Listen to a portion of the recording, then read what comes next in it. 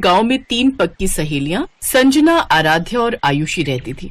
वो तीनों एक ही स्कूल में एक ही क्लास में पढ़ती थी। छुट्टी के बाद वो तीनों एक साथ बाहर निकली। वो देखो, हमारे बर्गर वाले चाचा आ गए। ये बिल्कुल टाइम पर आते हैं हमेशा। वो तीनों बर्गर वाले के पास चली गई। बोल संजना, क्या खाएगी तू? बर्गर, मोमोज या पानी पूरी? इतने में उसी थोड़ी दूरी पर एक दूसरी लड़की बीच में बोल पड़ी। अरे वो बेचारी क्या बताएगी, वो तो बेचारी तुम दोनों के सहारे ही चाचा के बर्गर के ठेले के पास आ जाती है। अगर तुम दोनों अमीर सहेलियां उसकी जिंदगी में ना होती तो वो आज तक बर्गर की शक्ल तक नहीं देख पाती। इतना सुनते ही आराध्या और आयुषी मुस्कुराई और उस लड़की के पास चली गई। आप दोनों मेरे पास क्यों चली आई? जाओ जाओ, अपनी गरीब सहेली को बर्गर पिज्जा खिलाओ। उसके इतना बोलते ही आराध्या और आयुषी ने उस लड़की को मारना शुरू कर दिया। उन दोनों लड़कियों को रोकते रहे लेकिन वो लड़कियां नहीं रुकी और उसे मारती रही। तूने ही कहा था ना कि हम दोनों बहुत अमीर हैं। ये ले पैसे, अपना इलाज करा लेना। उम्मीद से ज्यादा ही पैसे हैं ये। आज के बाद हमारी सहेली के खिलाफ किसी ने जरा सा भी कुछ कहा तो उसका अंजाम इससे भी खौफनाक होगा। चल संजना, अब घर चलते हैं। वो तीनों सहेलियां वहां से चली गईं। तभी चाचा ने उस लड़की से कहा, बिटिया, मुझे लगता है कि आज के बाद आप किसी भी गरीब का मजाक नहीं उड़ाओगी। तो इस तरह से उन तीनों की दोस्ती के चर्चे पूरे स्कूल में थे।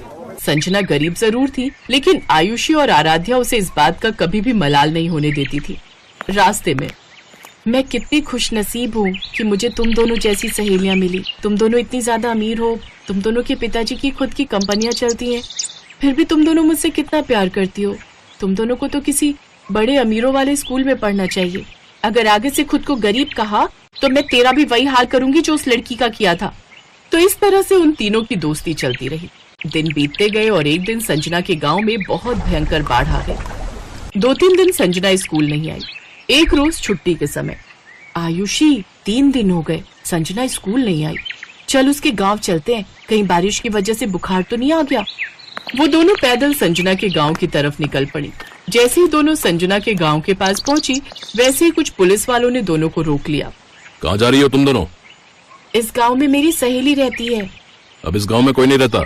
2 दिन पहले इस गांव में भयंकर बाढ़ आई थी जिससे सारे घर बह गए। बहुत सारे लोगों की तो जानें तक चली गईं। जो बच गए वो किसी तरह अपनी जान बचाकर भाग गए। ये सुनकर आराध्या और आयुषी को झटका लगा। पता नहीं बेचारी कहाँ होगी, पता नहीं जिंदा भी होगी या नहीं। ऐसा मत बोल आयुषी, हम जल्द ही उसे ढूंढ निकालेंगे। उन दोनों ने संजना को ढूंढने की खूब कोशिश की पर वो नहीं मिली। उन दोनों ने संजना के बारे में अपने अपने पिता को भी बताया। उनके पिता ने पुलिस की मदद ली पर कुछ नहीं पता चला संजना के बारे में। फिर एक रोज स्कूल की तरफ से कहीं टूर जाने वाला था। बच्चों,